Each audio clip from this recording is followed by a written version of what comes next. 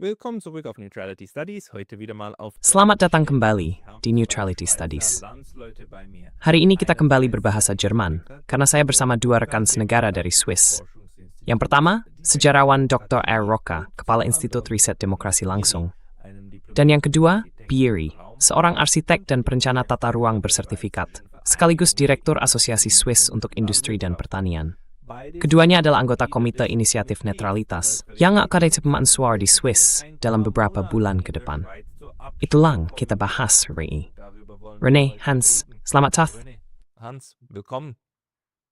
Terima kasih die Gelegenheit diundang.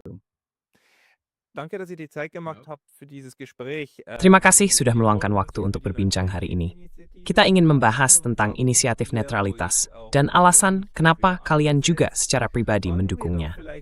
Mungkin kita bisa mulai juga untuk para penonton kita di luar negeri. Dengan pertanyaan ini, apa sebenarnya inisiatif netralitas itu, René? Bisa tolong jelaskan secara singkat, apa maksudnya dan sejauh mana prosesnya sekarang pada tanggal 30 Maret 2026. Sprechen am 30. März 2026. Ja, also sehr gerne. Es ist so, dass Ya, dengan senang hati. Jadi begini, netralitas Swiss sebenarnya tercantum dalam konstitusi, tapi posisinya cukup lemah. Di sana hanya disebutkan bahwa Dewan Federal dan Parlemen harus menjaga dan mendukung netralitas. Tapi sayangnya tidak lebih dari itu. Selama 30 tahun terakhir, sejak berakhirnya Perang Dingin, jadi sejak tahun 90-an, netralitas di Swiss makin lama makin berkurang. Artinya, Swiss semakin mendekat ke Uni Eropa dan NATO. Akibatnya, prinsip netralitas itu tidak lagi benar-benar dijalankan dalam politik. Karena itu, kami memutuskan, Hans Bieri juga termasuk dalam komite ini, bahwa kami ingin menegaskan kembali netralitas itu secara lebih konkret di dalam konstitusi. Kami ingin mendefinisikannya dengan lebih jelas. Dan itulah yang kami coba lakukan lewat teks inisiatif ini, yang nantinya akan menjadi pasal baru dalam konstitusi federal Swiss. Genau, und diese Initiative, die gestartet wurde Betul. von euch. Inisiatif yang kalian mulai, itu kan sudah berjalan sejak 2022-2023. Hans, sekarang di akhir Maret 2026, kita ada di tahap mana dalam seluruh proses ini? Sejauh yang saya pahami, pemungutan suara ini kemungkinan besar akan diajukan kepada rakyat Swiss pada akhir tahun ini. Apakah itu benar? Diesen Jahres dem Schweizer Volk unterbreitet. Ist das richtig? ja, es vermutlich Ya, kemungkinan besar inisiatif itu inapabaritan Swarska main gugur. Usulan Ding yang sempat dibahas di parlemen tidak berhasil disepakati. Jadi pungutan suara itu kemungkinan besar akan berlangsung gugur ini. Wahrscheinlich findet in diesem Herbst statt. Genau, und das Ganze beruht ja auf unserer Schweizer Tradition. Betul.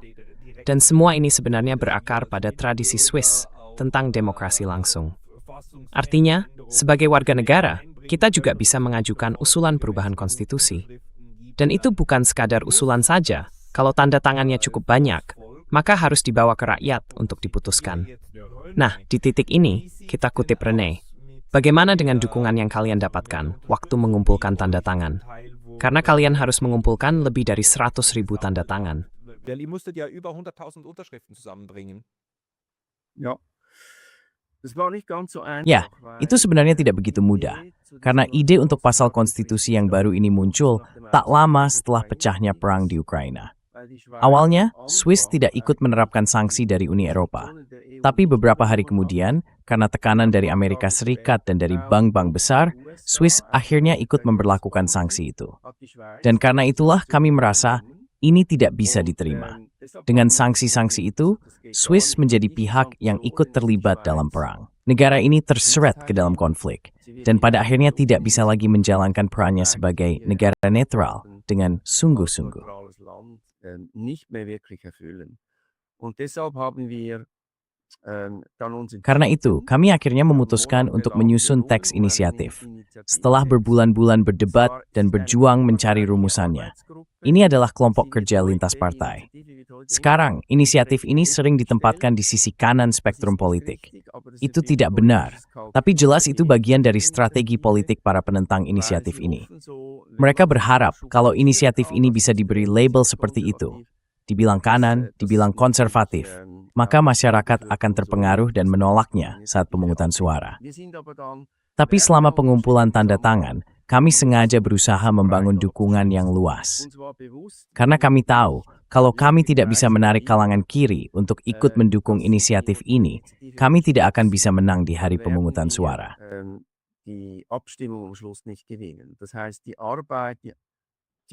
Artinya, pekerjaan untuk persiapan pemungutan suara sudah dimulai sejak pengumpulan tanda tangan. Dan syukurlah, itu berhasil. Setelah itu ada seruan dari kalangan kiri dan Partai Hijau untuk mendukung inisiatif ini. Ada berbagai upaya, dan saya senang sampai sekarang dukungan dari pihak kiri terus bertambah. Bahkan mereka menyatakannya secara terbuka. Seperti yang dikatakan Habieri, kemungkinan besar pemungutan suara akan berlangsung pada musim gugur nanti. Distinsi Spros will kelompok yang seluas mungkin, supaya kita sudah besnet nun dan mulan wow. No realistic sprach now. Genau, und wie du gesagt hast, ja auch Hans, es gibt keinen Gegenvorschlag. Betul, dan seperti yang kamu bilang Hans, tidak ada usulan tandingan. Artinya, warga Swiss nanti akan langsung ditanya, apakah mereka ingin menerima inisiatif netralitas ini? Ya atau tidak? Kalau seseorang menjawab ya, sebenarnya apa isi dari inisiatif itu? Ada 4 paragraf, 4 bagian. Mungkin kamu bisa jelaskan secara singkat, Hans. Apa inti utama dari inisiatif ini?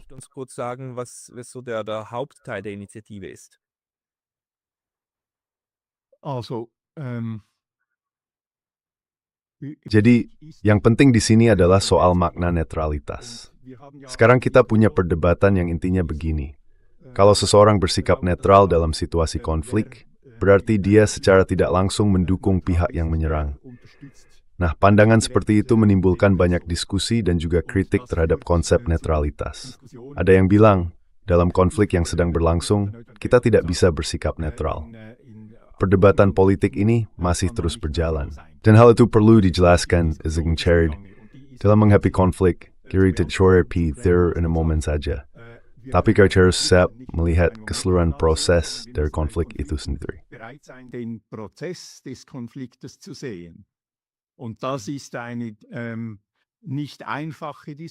Dan ini memang bukan diskusi yang mudah. Secara politik, hal ini menimbulkan kritik karena ada yang menuduh inisiatif tersebut berpihak pada Rusia dalam konflik yang sedang berlangsung di Ukraina. Tentu saja, ini pembahasan yang rumit dan perlu dijelaskan dengan jelas. Karena itu, kita harus kembali pada inisiatif netralitas, yang merumuskan konsep netralitas dengan cara agar tidak berpihak, tidak bergabung dalam aliansi, dan dalam situasi konflik, berstep out to peberthain kandidatain, jizli bertab selangnis persekutan manapun.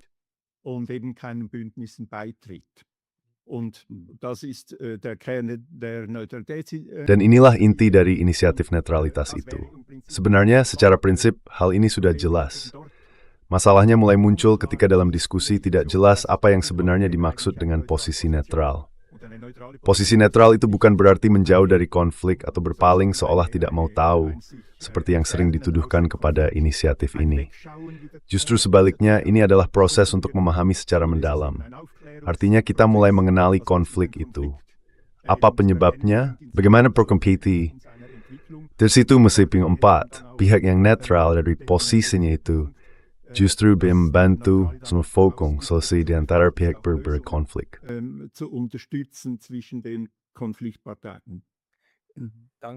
Terima kasih. René, es bisa tanya secara sering bagi Isi tentang apa isinya. Worum es geht. Also gut, der erste Abschnitt ist ganz einfach. Baik, bagian pertama sebenarnya sederhana, tapi penting untuk ditegaskan hari ini.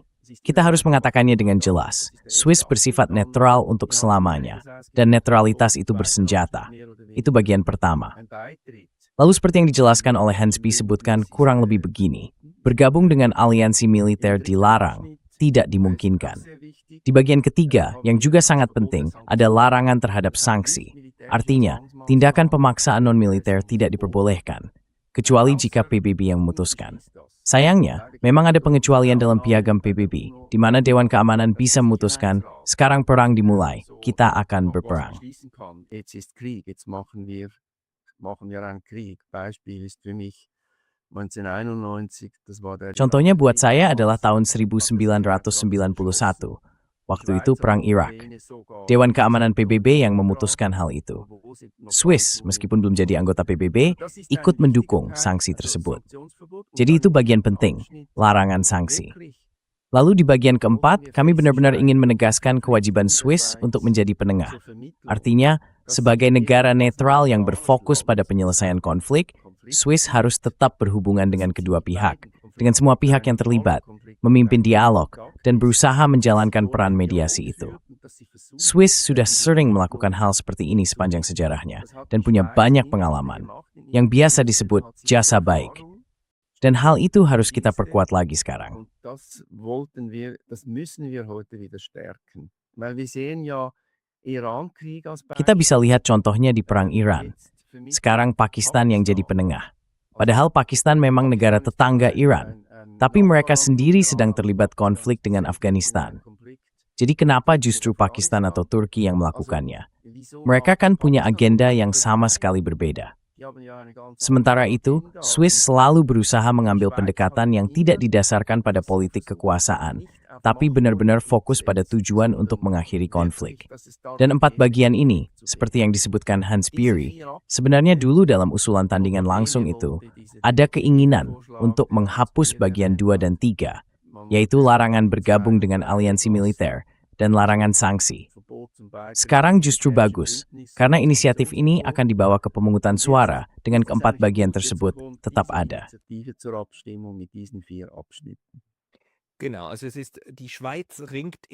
Betul. Jadi begini, saat ini Swiss sedang berdebat tentang bagaimana mendefinisikan netralitasnya. Dan memang harus diakui, para penentang inisiatif netralitas berargumen bahwa kita tidak boleh memaksakan kepada Dewan Federal, yaitu pemerintah kita, dan juga parlemen, tentang apa yang seharusnya menjadi definisi netralitas. Kemana jadinya kalau kita mulai menulis definisi konsep kebijakan luar negeri kita langsung ke dalam konstitusi? Tapi justru itulah intinya. Dan saya bicara terbuka, karena saya termasuk pendukungnya. Memang itu yang kami inginkan. Kami ingin ada definisi yang tertulis di dalam konstitusi, supaya kita juga bisa menunjukkannya ke luar negeri. Lihat, inilah yang bisa kalian harapkan dari kami. Inilah bentuk-bentuk netralitas kami.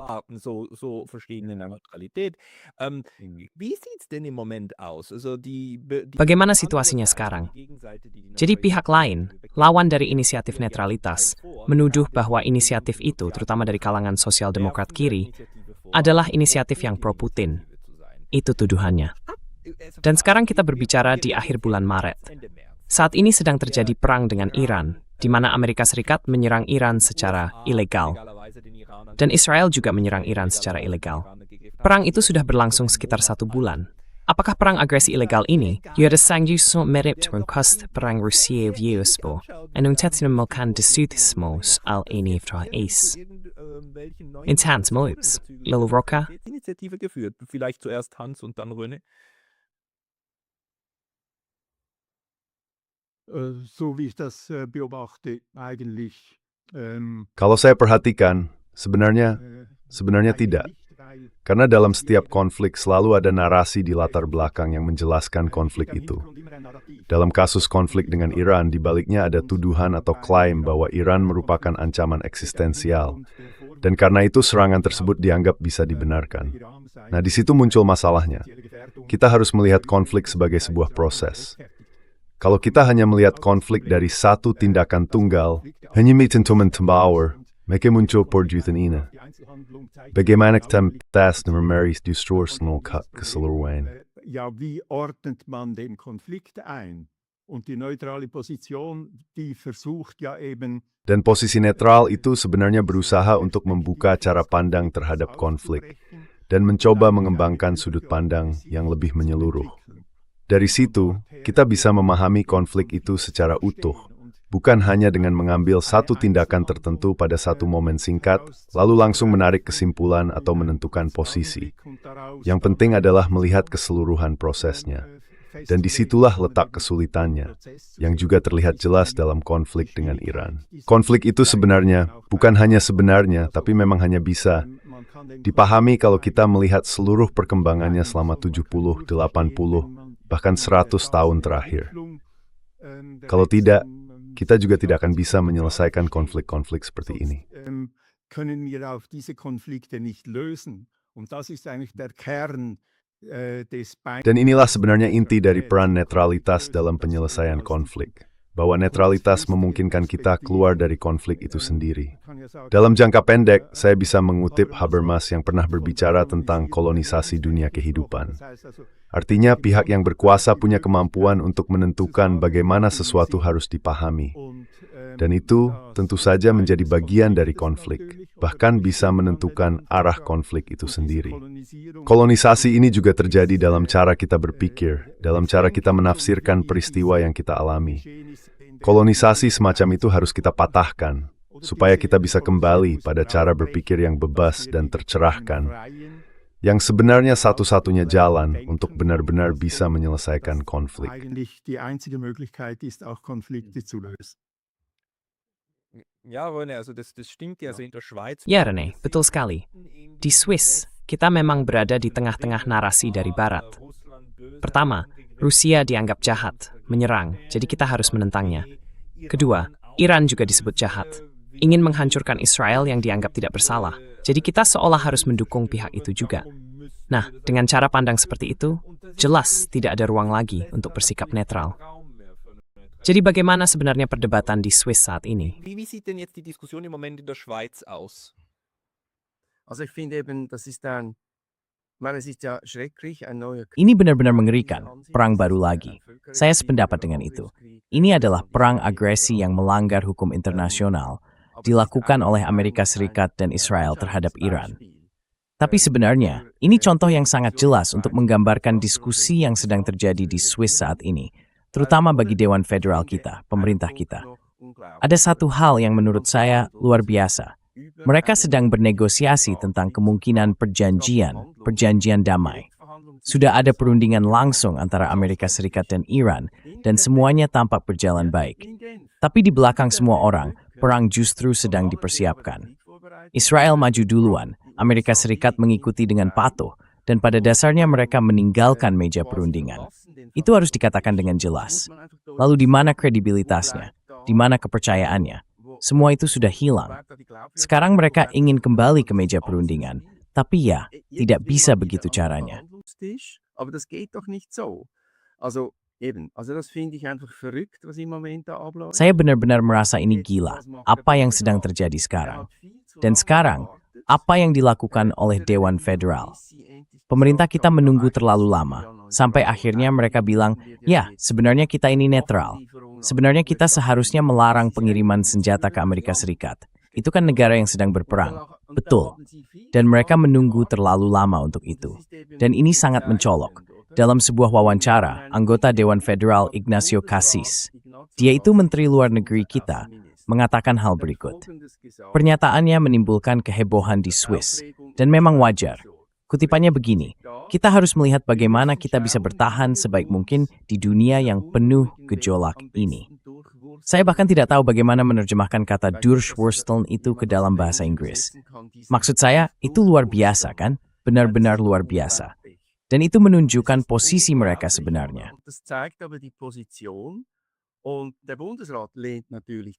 Dan tentu saja, Dewan Federal menolak inisiatif itu.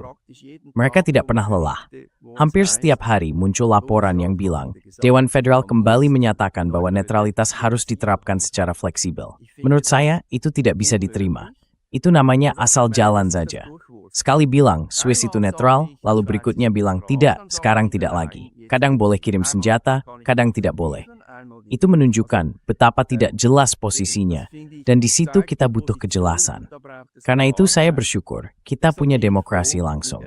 Sekarang, kita benar-benar bisa memberitahu Dewan Federal, menunjukkan batasnya, dan mengarahkan mereka lewat pasal konstitusi yang baru ini. Disinilah batasnya.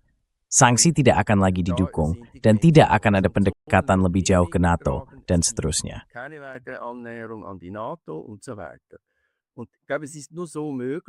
Saya pikir ini cuma bisa dilakukan dengan cara itu. Dan ke arah itulah seharusnya diskusinya berjalan, supaya kebiasaan setengah-setengah ini berhenti. Kalau tidak, semua orang akan bilang lagi, ya begitulah Swiss, selalu pilih-pilih yang menguntungkan. Kadang dilihat dulu, apakah ini menguntungkan secara ekonomi atau tidak. Karena itu, yang dibutuhkan di sini bukan fleksibilitas, tapi kejelasan. Tentu saja, kalau inisiatif itu disetujui, maka hal itu akan tercantum dalam konstitusi. Tapi kita juga harus memastikan pelaksanaannya. Jadi kita harus terus mengawal ini. Diskusinya harus berlanjut, dan kita harus mengawasi pemerintah federal kita, juga parlemen.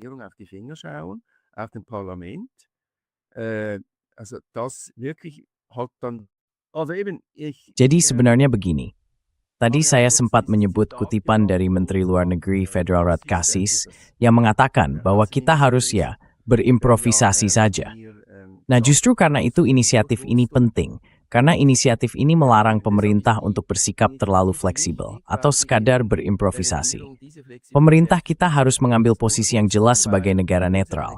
Situasinya bisa sedikit dibandingkan dengan tahun 30-an. Waktu itu, Dewan Federal juga menghadapi Perang Dunia Kedua sudah berlangsung. Dan terutama Federal Rat Pilet Golas, yang juga bertanggung jawab atas urusan luar negeri, mengatakan bahwa Swiss harus menyesuaikan diri dengan realitas baru di Eropa. Tapi maksudnya apa? Saat itu, Swiss dikelilingi oleh kekuatan-kekuatan totaliter.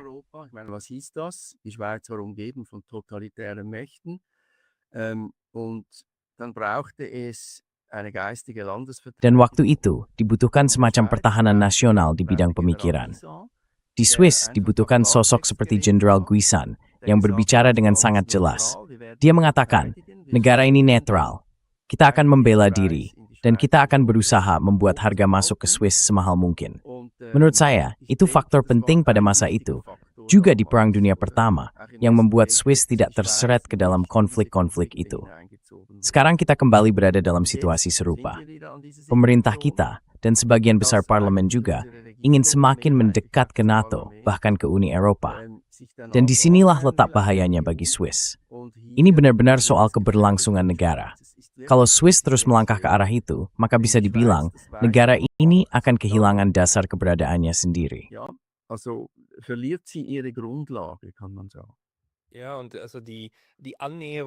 Ya, jadi kedekatan bukan hanya dengan Uni Eropa, tapi juga dengan NATO. Sekarang sedang berlangsung dengan langkah yang sangat besar, sudah sejak beberapa tahun terakhir.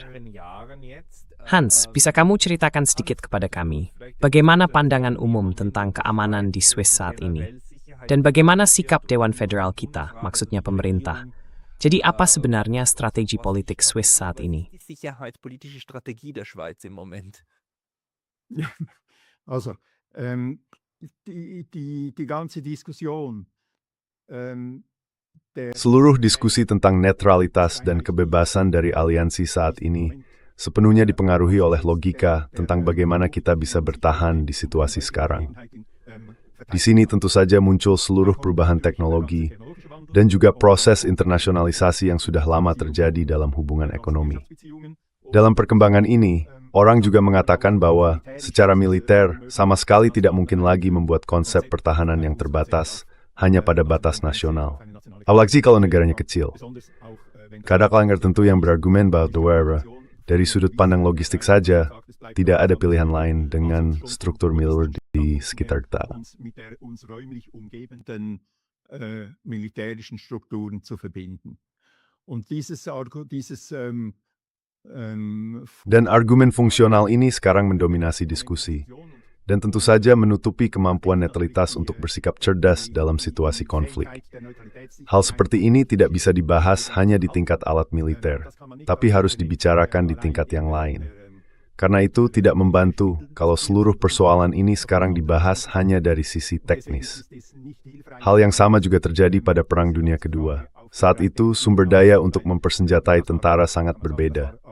Sehingga sebenarnya sudah bisa dikatakan waktu itu, tidak ada gunanya mencoba mempertahankan netralitas. Karena dalam jangka menengah pun sumber daya ekonominya memang mencukupi. Ökonomischen Ressourcen mittelfristig dazu gar nicht hat. Und deswegen ist diese Dan karena itu, pembahasan soal manfaat yang sekarang mulai muncul lagi, baik dari kalangan militer maupun politik, sebenarnya meleset dari inti pemikiran dan makna sejati dari netralitas. Jadi, ini bukan cuma soal sumber daya ekonomi atau soal logistik misalnya. Pertanyaannya juga pernah muncul, bolehkah pesawat angkut militer Amerika melintasi wilayah udara Swiss atau tidak?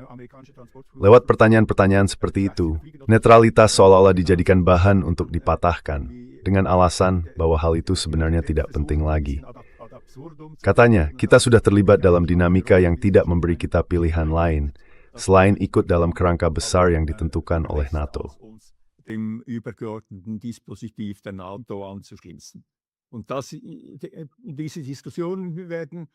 Diskusi-diskusi seperti ini memang terus berlangsung, tapi yang selalu terlihat adalah bahwa orang jarang memulai dari pemikiran tentang netralitas itu sendiri.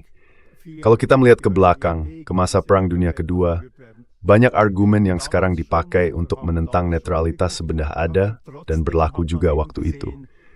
Tapi meskipun begitu, kita bisa lihat bahwa netralitas adalah sebuah sikap dalam konflik, sebuah posisi yang berdiri sendiri dan punya dampak nyata. Dalam konteks itu, kita harus belajar bagaimana bergerak dan memahami makna dari netralitas. Dan maknanya itu bukan sekadar soal manfaat praktis, seperti yang sering dituduhkan. Seolah-olah kita hanya ingin menumpang aman di tengah hujan peluru.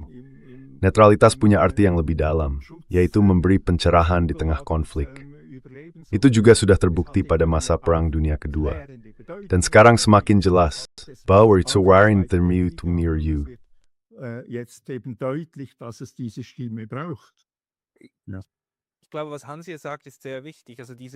Saya rasa apa yang Hans sampaikan barusan itu sangat penting. Jadi ini soal kemandirian. Apakah Swiss bisa dan mau berdiri sendiri? Apakah kita ingin punya tafsir dan pendekatan sendiri atau tidak? Dan di situ memang ada dua kelompok. Yang satu bilang, kita nggak mungkin bisa, tanpa senjata dari NATO, kita mati. Lalu ada yang lain yang bilang, kita memang nggak perlu, karena NATO itu pihak yang baik. Dan kita seharusnya ikut yang baik, bukan yang jahat. Rene, menurut kamu gimana perkembangan diskusi ini sekarang? Terutama dari pihak yang menentang, yang sangat keras menolak inisiatif netralitas itu. Dan sekarang kita juga tahu, pemerintah federal dan parlemen sama-sama menentang agar inisiatif itu bisa lolos.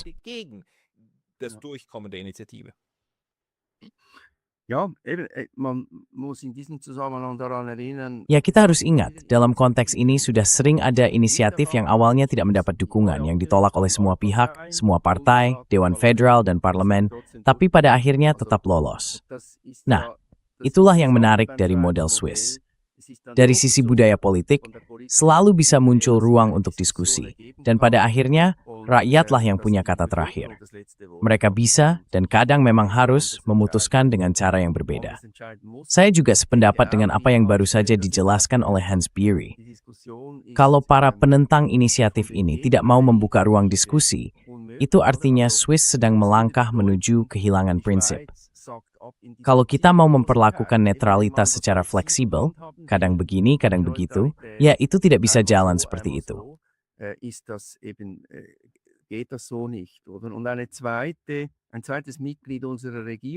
Dan anggota kedua dari pemerintahan kita, Karin Keller-Sutter, tahun lalu mengatakan di depan para mahasiswa bagaimana sikap Dewan Federal sebenarnya. Dia bilang, netralitas itu sampai batas tertentu adalah konsep yang oportunistis. Sebuah konsep yang oportunistis.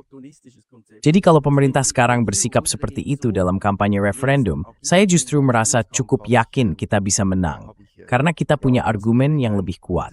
Dan kita bisa tunjukkan bahwa netralitas itu sebenarnya adalah proyek perdamaian. Itu adalah kerja untuk perdamaian. Swiss tidak boleh punya agenda kekuasaan. Negara ini tidak boleh menawarkan diri ke pihak manapun, tapi harus bertindak sebagai negara netral yang menegakkan hukum humaniter internasional, hukum internasional, dan hak asasi manusia. Itulah peran Swiss.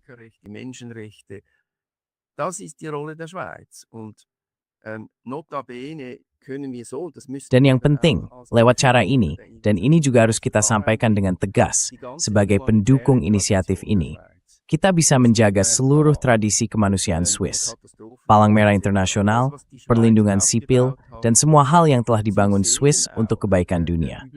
Kita akan terus melakukan berbagai misi kemanusiaan.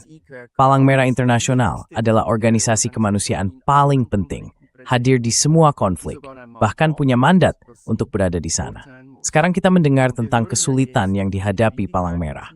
Menurut saya, itu terjadi karena Swiss sudah tidak lagi benar-benar netral sebagai negara. Kepercayaan itu hilang. Simbol Palang Merah tidak lagi dihormati, padahal itu adalah kebalikan dari bendera Swiss. Dan seluruh sejarah berdirinya Palang Merah, Henry Dunant, saudagar dari Jenewa yang mendirikannya bersama yang lain, saya rasa hal itu harus kita tekankan dengan jelas. Ich meine, das müssen wir klar machen. Das ist unsere Position, also nicht das Durchwursteln. Itu posisi kami. Jadi bukan sikap asal jalan tanpa prinsip atau oportunis, tapi justru kebalikannya, seperti yang tadi dikatakan Hans Beery. Ini adalah posisi yang masuk akal dan tercerahkan. Dan karena itu, kita juga harus bisa membahas soal pasifisme di kalangan kiri. Saya benar-benar tidak mengerti kenapa sekarang Partai Sosial Demokrat dan Partai Hijau yang jelas-jelas punya struktur partai justru menentang hal ini. Seperti yang kamu bilang tadi, Pascal, mereka menyebutnya inisiatif pro-Putin. Mereka ingin mengejeknya, tapi tidak punya argumen yang kuat. Saya tidak mendengar argumen yang benar-benar meyakinkan dari pihak lawan. Karena itu, kita harus bisa menjelaskan ini kepada masyarakat supaya jelas bahwa inilah DNA negara kita, netralitas. Die DNA unseres Staates, die Neutralität. Saya rasa argumen yang paling kuat, atau lebih tepatnya, argumen yang paling sering digunakan oleh pihak seberang, adalah bahwa dalam kasus perang agresi ilegal, ketika jelas satu negara menyerang negara lain, maka seharusnya prinsip netralitas ditempatkan di bawah piagam PBB. Karena dalam piagam PBB ada larangan penggunaan kekerasan. Dan kalau satu negara diserang, anggota PBB lainnya juga punya tanggung jawab untuk membantu membela negara yang diserang itu. Argumen ini sudah sering sekali dikemukakan, terutama dalam konteks konflik Rusia dan Ukraina. Hans, bagaimana situasinya sekarang? Kamu sudah sempat menyinggung sedikit, tapi bagaimana dengan pandangan ini? Gagasan bahwa seseorang tidak bisa bersikap netral kalau ada pihak penyerang dan pihak yang diserang. Bahwa netralitas hanya mungkin kalau kedua pihak saling menyerang. Sejauh mana argumen ini masih punya dukungan di Swiss saat ini? Apakah masih kuat dalam debatan nasional?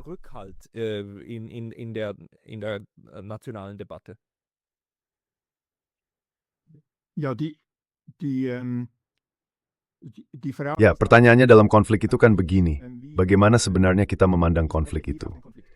Jadi kalau ada tindakan agresi yang bisa dibuktikan, dan PBB juga mengecam agresi tersebut, maka ada semacam kesepakatan bahwa tindakan itu dianggap sebagai pelanggaran. Karena itu, bahkan dari posisi netral pun kita bisa menyebutnya seperti itu. Bagaimana ya, saya bilang, diskusinya jadi sulit karena dalam kasus agresi selalu ada latar belakangnya. Bisa saja, kalau kita lihat dari sudut pandang yang lebih luas, agresi itu sebenarnya adalah bentuk pembelaan diri terhadap ancaman yang memang sudah terjadi sebelumnya. Dan penjelasan seperti ini memang penting, karena kalau tidak, pembahasan soal konflik hanya akan berjalan seperti yang sering kita lihat di media. Satu tindakan tunggal dijelaskan secara terpisah, lalu dari situ dibangun seluruh narasi dan argumennya diteruskan begitu saja.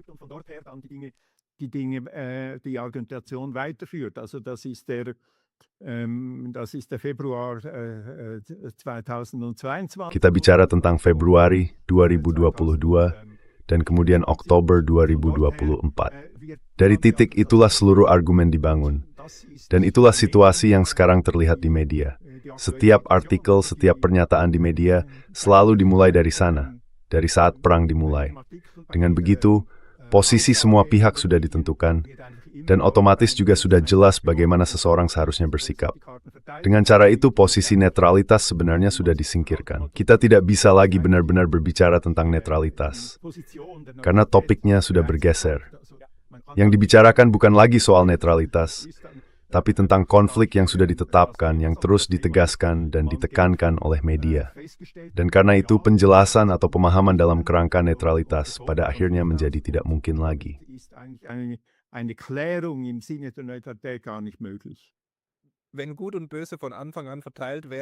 Kalau sejak awal media sudah membagi siapa yang baik dan siapa yang jahat, ya otomatis ruang untuk bersikap netral jadi sangat sempit. Bahkan secara mental pun begitu. Tapi Rene, gimana sih jalannya debat ini sekarang?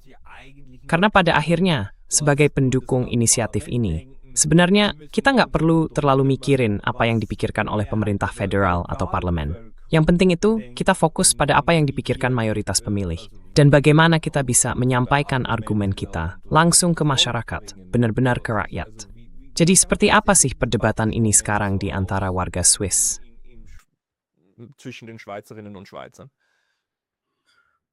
Ja, also ich bestätige das, was Hans. Ya, saya membenarkan apa yang dikatakan oleh Pak Bieri soal media. Itu memang masalah besar, karena media tentu punya pengaruh, terutama media arus utama, begitu saya menyebutnya. Tapi sekarang kan makin banyak media alternatif, jadi orang bisa mencari informasi sendiri kalau mau. Dan saya pikir, banyak juga yang sudah melakukannya. Saya sendiri masih mengajar sejarah dan sekarang saya justru senang murid-murid saya sudah tidak membaca koran harian lagi. Unumavri standards isespata koran setiap hari dan sembah. Tapi sekarang, via point. You were bisa membentuk tenis alternatif.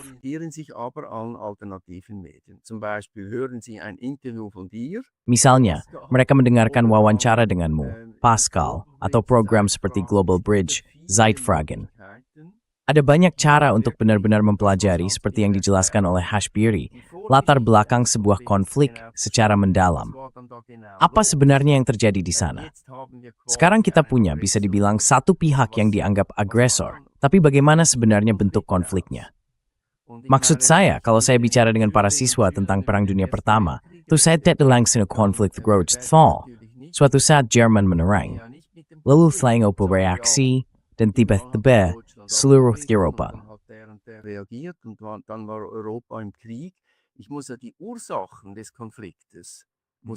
Saya harus menjelaskan dengan jelas apa penyebab konflik itu. Misalnya, imperialisme pada masa itu, lalu hal-hal lain seperti sistem aliansi dan perlombaan senjata.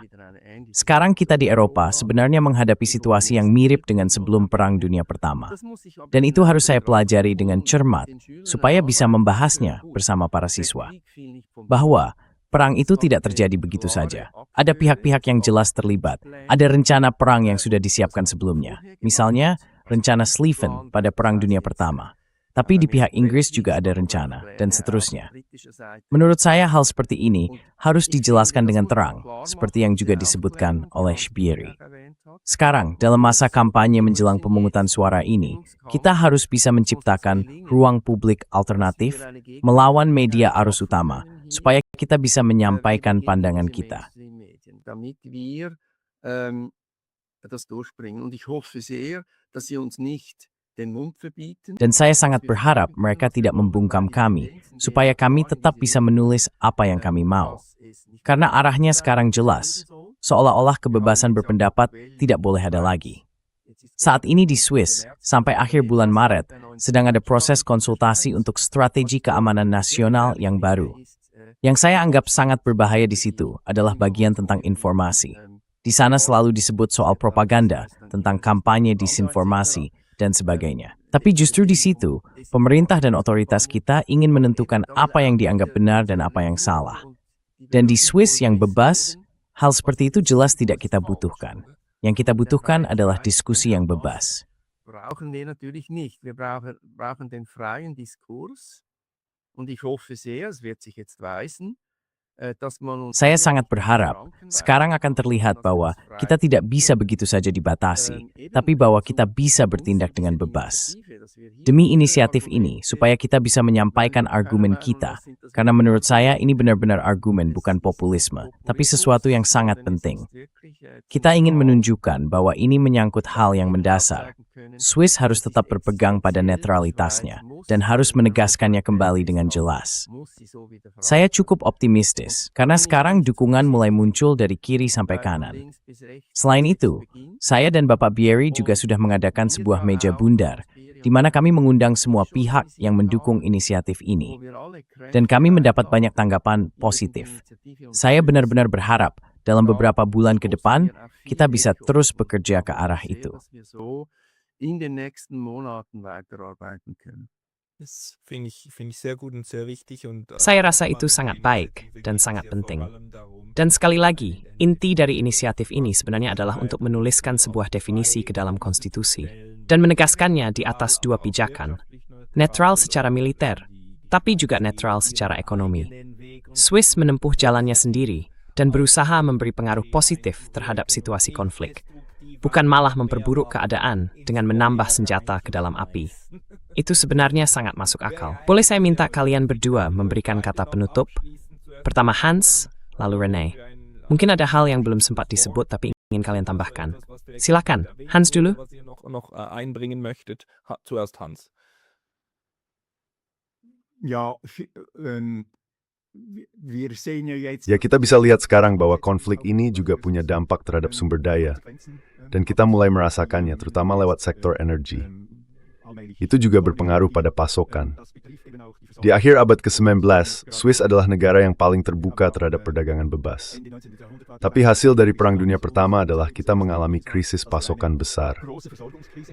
Dan justru dalam situasi krisis pasokan itu terlihat lagi dengan jelas bahwa posisi netral, it's too bad Humberto raised himself to Railward, men måste vänja det repository, the menoppangs to us resting.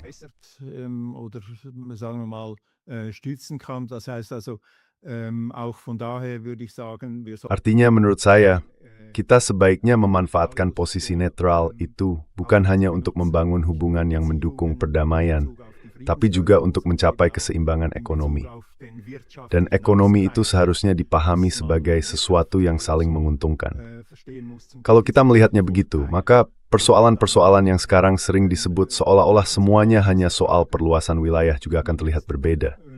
Katanya, Tiongkok mau memperluas wilayahnya, Rusia mau memperluas wilayahnya, Amerika Serikat mau memperluas imperiumnya dari posisi mereka yang seperti pulau itu. Jadi semua perdebatan ini sebenarnya bisa dekati lagi dengan akal sehat ekonomi yang sederhana. Bagaimana kita saling memenuhi kebutuhan secara wajar. wirtschaftliche Versorgungsvernunft dazu kommt, zu sehen, also wie gehen wir vernünftig mit unseren Ressourcen. Jadi, bagaimana kita bisa menggunakan sumber daya kita dengan cara yang masuk akal?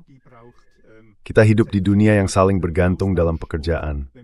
Dan tentu saja dunia seperti itu butuh pertukaran. Kalau kita berusaha mengatur pertukaran itu supaya saling menguntungkan, sebenarnya kita sudah menyelesaikan banyak konflik yang sekarang sedang kita hadapi. Sikap dasar seperti itu juga seharusnya diterapkan dalam hal pasokan, dengan membangun kembali hubungan ekonomi secara saling percaya. Dengan begitu, kita bisa menghadapi semua kegelisahan dan kebingungan yang saat ini bisa dibilang sedang dipicu dengan akal sehat dan pemikiran yang rasional. Mit rationaler Vernunft zu begegnen versucht. Den rationalen Diskurs auf Kita juga mewariskan diskusi rasional dalam pembahasan politik internasional dan tidak melihat semuanya dari sisi emosi. René, silakan, kata terakhir ada padamu. Danke. Ich würde gerne noch kurz zwei Ya, Punkte terima erwähnen. kasih. Saya ingin menambahkan dua hal singkat, menanggapi apa yang tadi dikatakan oleh Hans Beery. Posisi ekonomi seperti itu butuh keberanian dan keteguhan. Artinya, Swiss harus terus menempuh jalannya sendiri, meskipun itu sering dikritik tentu saja. Negara ini harus tetap menjadi contoh, menjadi model, dengan seluruh struktur kenegaraannya, demokrasi langsung, sistem federal, dan netralitas. Dan itu tidak mudah. Akan ada serangan, akan ada kritik. Itu butuh keberanian. Dan justru itulah yang sekarang sedang kita rindukan. Kalau kita lihat negara-negara tetangga kita, lihat Uni Eropa, lihat NATO, mereka semua menunduk di hadapan Amerika Serikat dan Israel.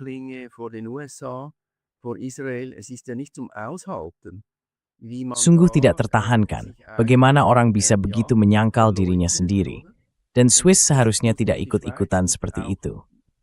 Negara ini perlu punya keberanian dan keteguhan sikap. Dan kalau bicara soal ekonomi, itu memang poin yang penting, bahkan positif.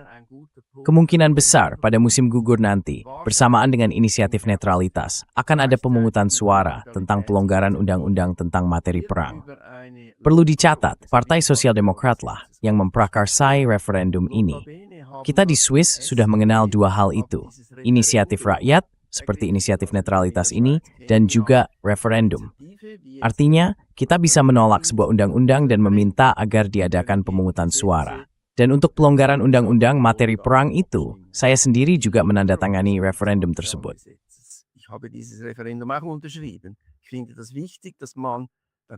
Menurut saya, penting sekali untuk menentang hal itu. Mungkin dengan partai kiri kita bisa mulai berdiskusi soal ini. Karena saya benar-benar tidak mengerti bagaimana seseorang bisa menolak pelonggaran aturan itu. Tapi di saat yang sama juga menolak inisiatifnya. Padahal inisiatif itu punya konsep yang pasifis. Tujuannya adalah perdamaian. Jadi kita perlu mengatakan ya untuk inisiatif itu dan tidak untuk pelonggaran ini. Saya pikir, kalaupun begitu, Swiss tetap harus punya undang-undang yang ketat soal materi perang. Kita tidak bisa begitu saja mengirim senjata ke negara-negara tertentu. Maaf, tapi itu tidak bisa dibenarkan. Pelonggaran yang diusulkan ini justru ingin membuka jalan agar ada 25 negara, termasuk Amerika Serikat, yang bisa menerima senjata, bahkan kalau mereka sedang terlibat dalam konflik bersenjata.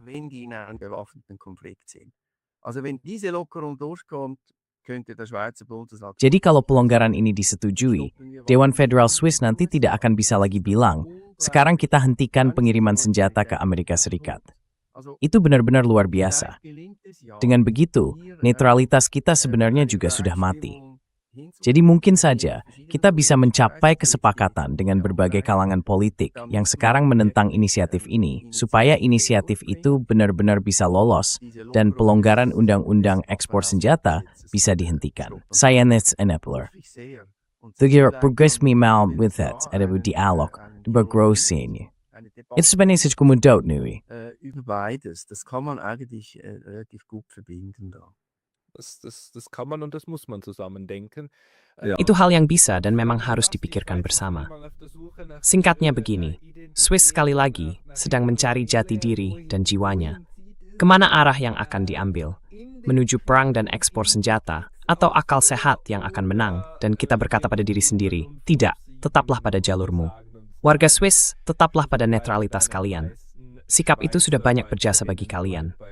Saudara Hans Biri, Saudara Werner Rocca, terima kasih atas waktu kalian hari ini. Lieber Hans Biri, lieber Werner Rocca, danke für eure Zeit heute. Danke. Terima kasih. Matthew.